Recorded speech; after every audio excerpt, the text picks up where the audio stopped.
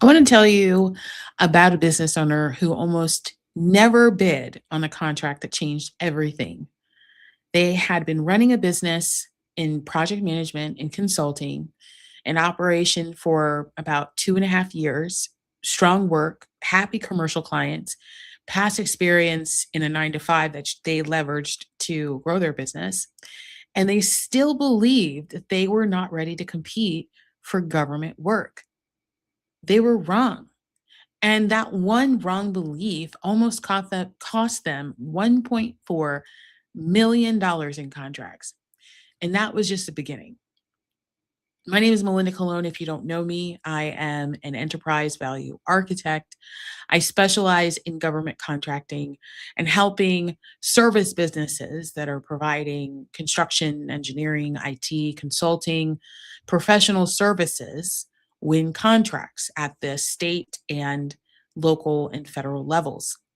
And we've helped our clients achieve over 5.7 billion in contracts, including this one I have right here. I had to print out my notes to share them with you. And in this video, I'm going to do exactly that. I'm going to share with you what caused this opportunity to be a win opportunity. I'm going to walk you exactly through this step, like what worked, why it worked, and how it can work for you. So just tune in and let's get started. Now, the first thing that I have listed here was that they thought, so she thought that, well, I don't really need to. I really don't think that I'm qualified yet because my business has only been around for 2.5 years. And this was a lie. This was something that she was carrying because, how she registered on sam.gov or other businesses that were saying the same lie and believing what people were saying, but those that actually don't have experience building successful track records in the public sector.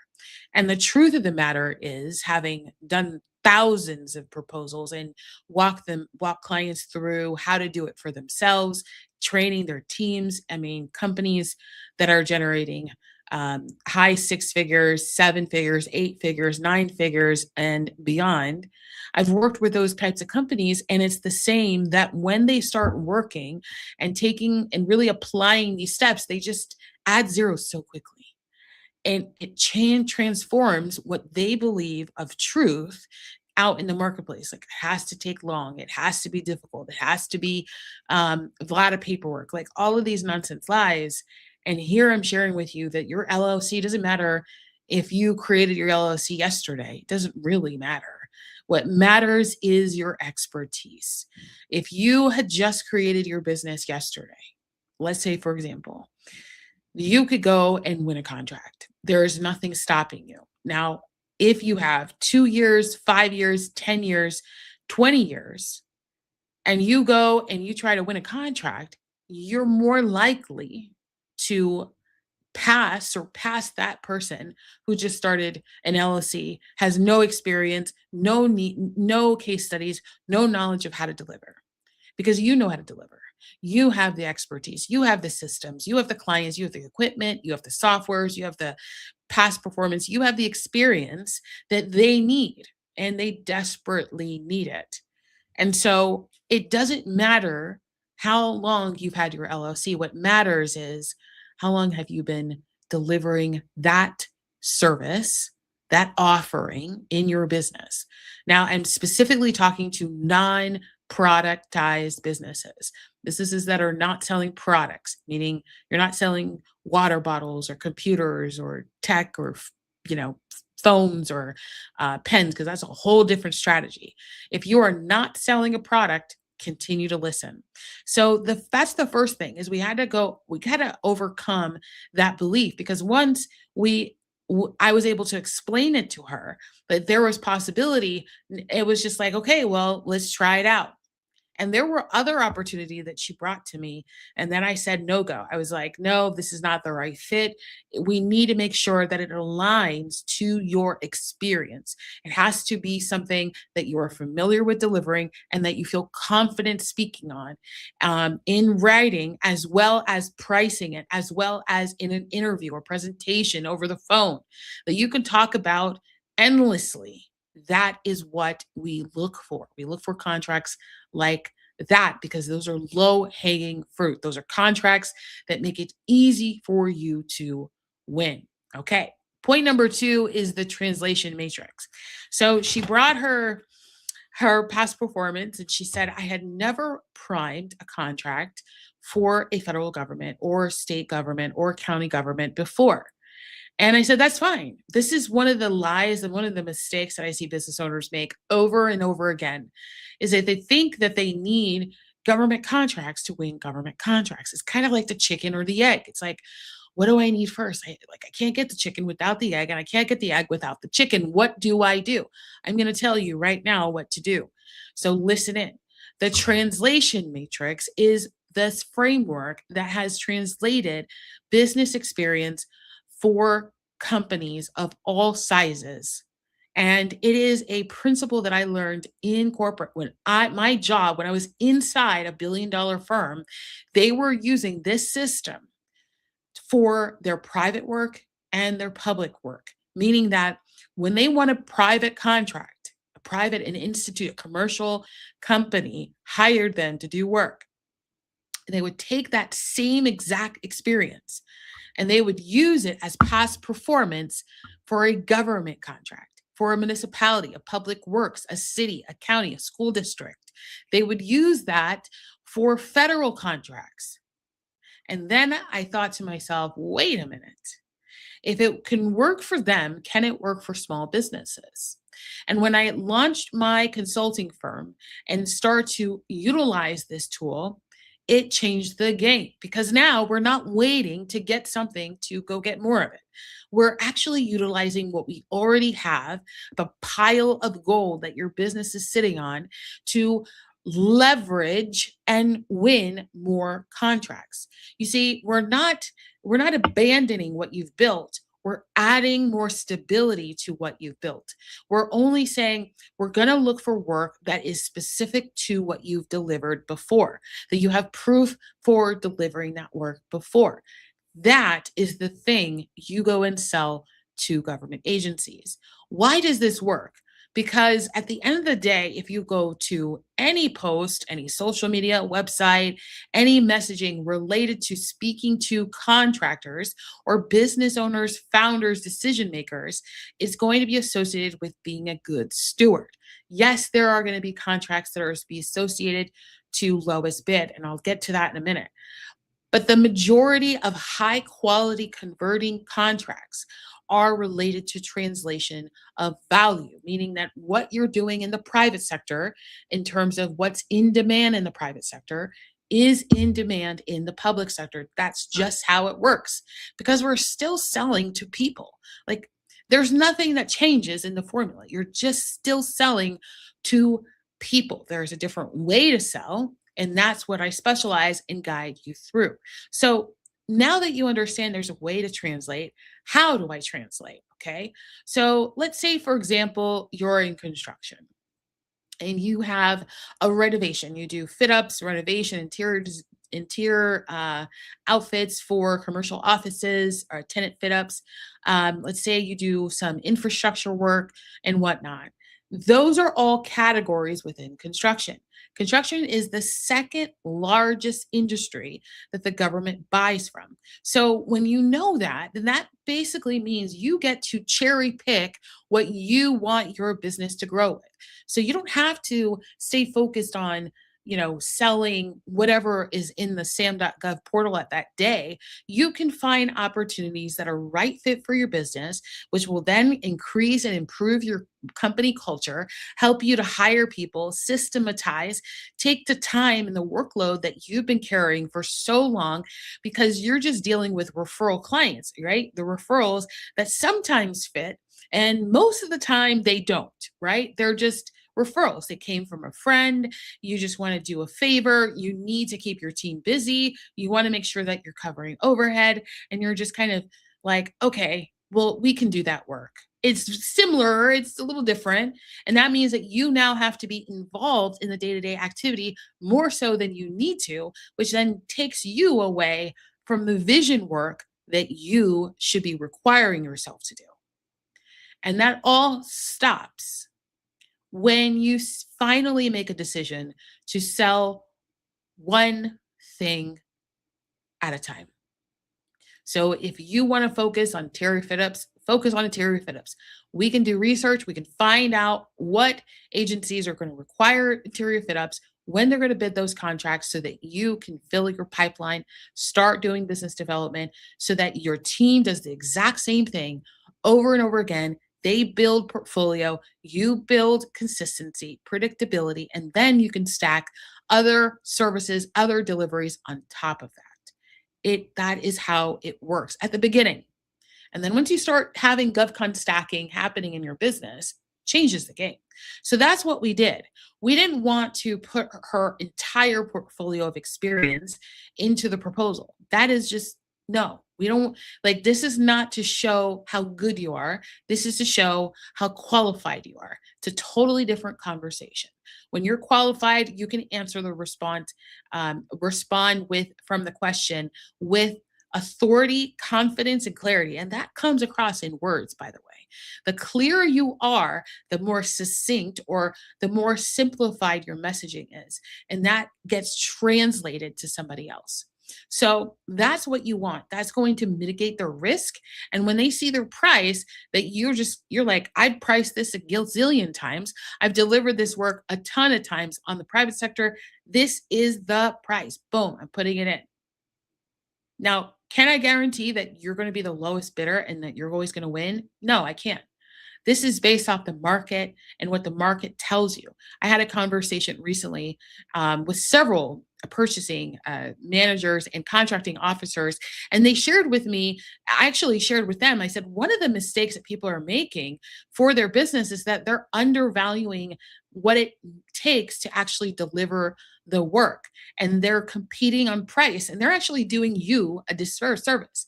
They all agreed. They all agreed. They said yes, because now we have a skewed understanding of what it takes to actually deliver this work, because that's what they said. If they came in and someone bid, if they all bid $1 million and the only difference was $1, we'd have to go with the lowest. And that was just the market status. Like the market actually sets the price. So you could be bidding on something, for example, $1.4 million contract that my client won, and that contract was comparable to what the client wanted, right? It didn't come down to competitive price. It came down to quality because the client had already set what their budget was going to be, and we just matched it. We just matched it. All that was every other competitor of 11 competitors that were bidding that contract all did the same thing. So we were all bidding the same price. So it had nothing to do with price. And everything to do with how clear you can communicate how you're going to deliver them a response or a result for the thing or problems that they have. That is all. That's it. The clearer you are, the more trust you create. So, what about those contracts that are only on price? They say best price, right? They say the lowest bid. Okay. They literally say that in the solicitation. What about those, Melinda? Well, that is something that you're not going to hear anywhere else, and you can't Google at the moment. Those contracts are doing two things. They're actually doing what's called market research. You put in your price and you set your price, whatever it may be. And if you are going to compete with everyone else who's going to be the lowest, and mind you, the lowest typically doesn't have experience, they are cost way more to hire them, right? Because they waste a lot more time. They're probably not as advanced and as mature in their business as you are, because they're just competing on price.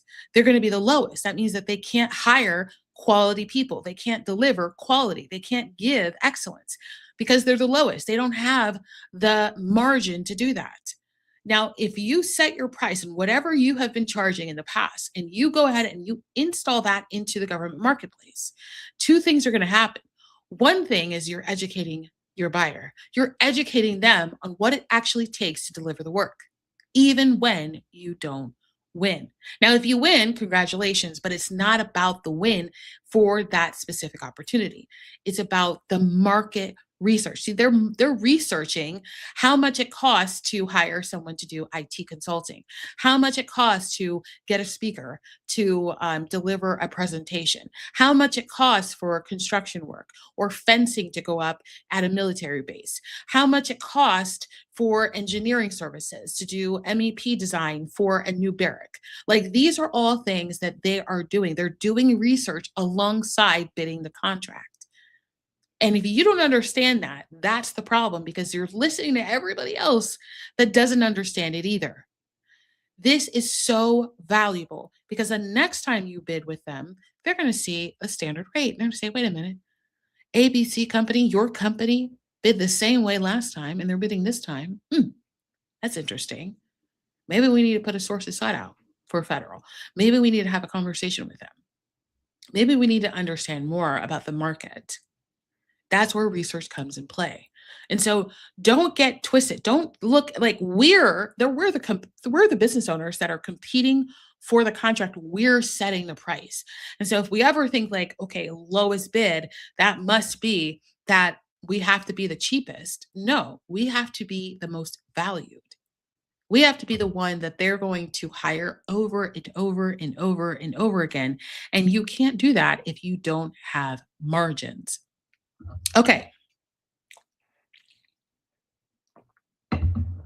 Point number 3, what made this a win.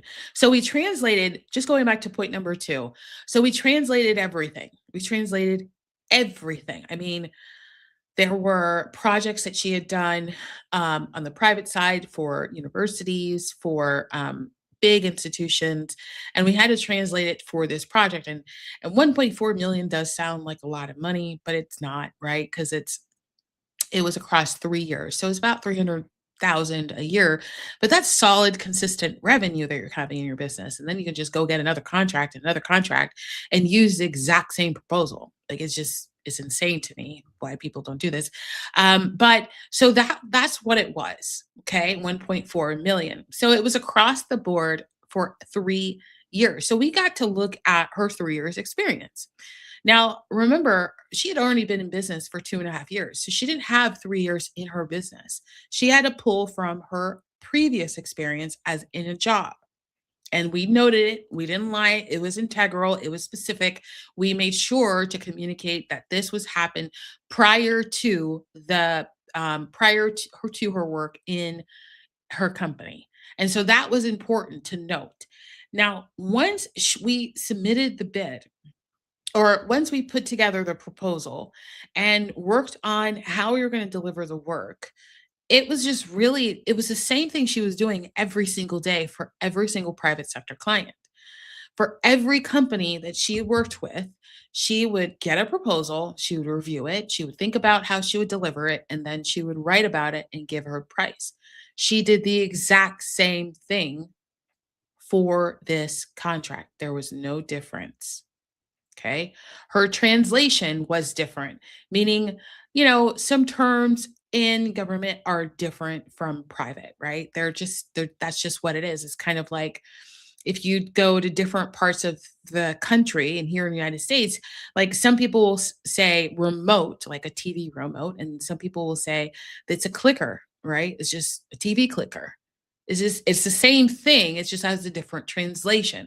And so that's what we can do is we can translate everything that's in your past performance, every contract that you've ever delivered on the private side, everything that you've done previous to starting your business, and translate it so that you know exactly what contracts to target. Now you're saving a ton of time. Can you see it? You're not sitting and waiting for the bid to like show up on the portal and then you only have 8 days to respond and it feels rigged because it's like how do I get all this information together in a week and a half? it seems really weird, right? I'm going to explain to you why that is the case in a minute. So, point number 3. So, we talked about the disqualification lie about your LOC. You need to only bid work or when you're bigger, right? That's a lie. Second, is translation matrix. We can translate everything in your company because that's what's in demand to get a government contract. And then point number 3 is the result and the lesson. So here's what happened. Okay. Her proposal was 38 pages. Oh, I can hear it. Oh my gosh, that's a lot of pages. Wow, Melinda. Oh my gosh. This included forms. Oh, forms. Oh my gosh, Melinda. Oh my gosh. But it was a $1.4 million contract. And her proposal, her 38-page proposal, can now be duplicated as many times as she wants and to win as many of the same contract as she wants with as many municipalities as she prefers. Just making 30-minute an hour max modifications to the language so that it's tailored for that client. Like, what are we talking about here?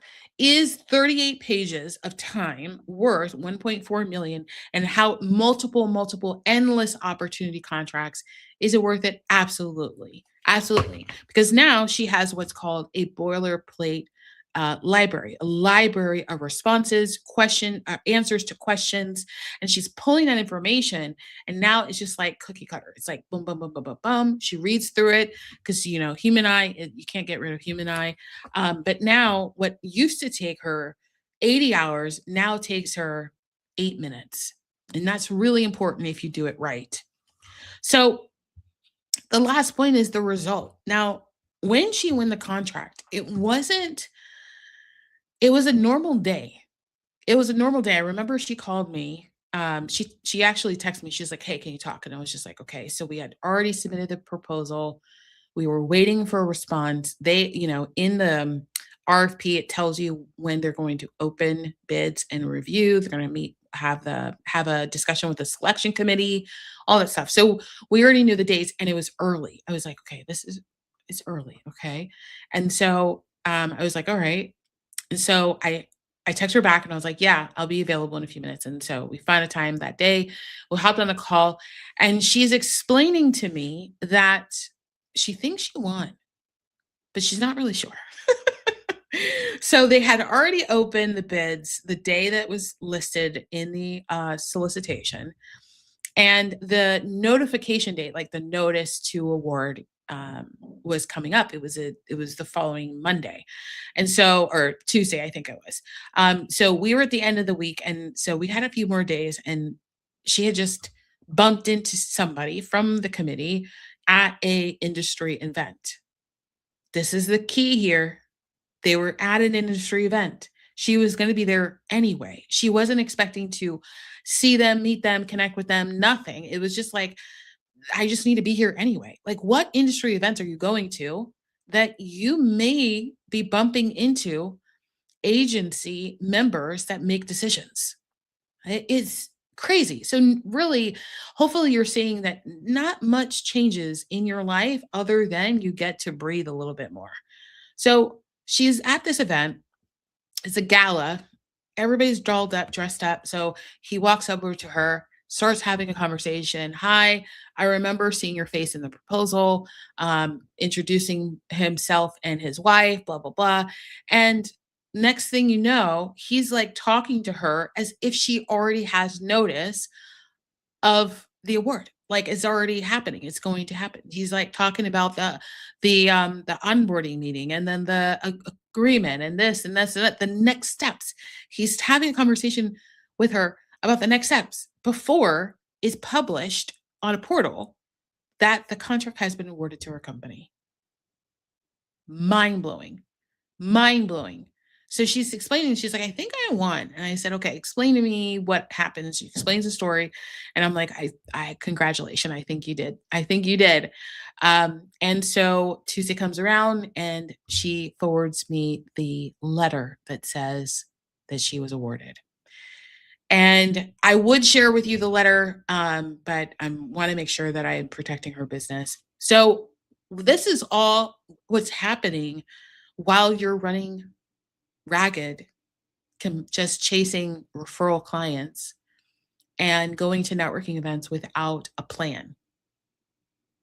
There are so clear specificity steps that you're not doing in your business to A, simplify your life and your business systems, improve the culture of your company, make sure that your team is actually growing into more more independent role leadership so that you're not the one that they go to every single time something breaks. That less things break and more things get corrected, refined, and improved and optimized without you. And those are things that, as a business owner, as a founder, that's what you want. So why not? Like, I don't under. Okay. So the last thing that I'll share with you in this video is how do you do this? Now, what I did is, instead of giving you an example of how someone else did it, I actually want to show you how you can do it in your business. Now, down below, there's a link to the leverage method. Now, the leverage method is going to walk you through how to translate your work, how to make it as simple as possible so that you can find opportunities that are right fit for your contract, for your company, that are the contracts that you need to bid on, and that just eliminate all of the noise so that you're simplifying and you're moving quickly to contract award. My clients on average are winning contracts anywhere between 30 and 90 days. And our win rate is 74%. Now, that is not by accident. That is by specificity. That is by consistency. That is by utilizing appropriate frameworks and using qualified information, not just regurgitated copy and paste from AI, but tailored information from an AI if you choose to. And it gives you what you need so that you can communicate what they want. And that's all down below for free. You're welcome. Well, and if you enjoyed this video, go ahead and give me a like and subscribe, and I'll see you in the next one.